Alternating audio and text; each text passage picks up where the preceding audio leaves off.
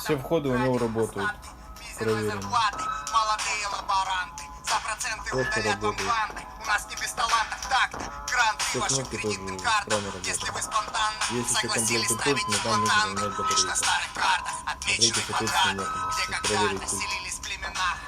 Чисто обычная балалайка.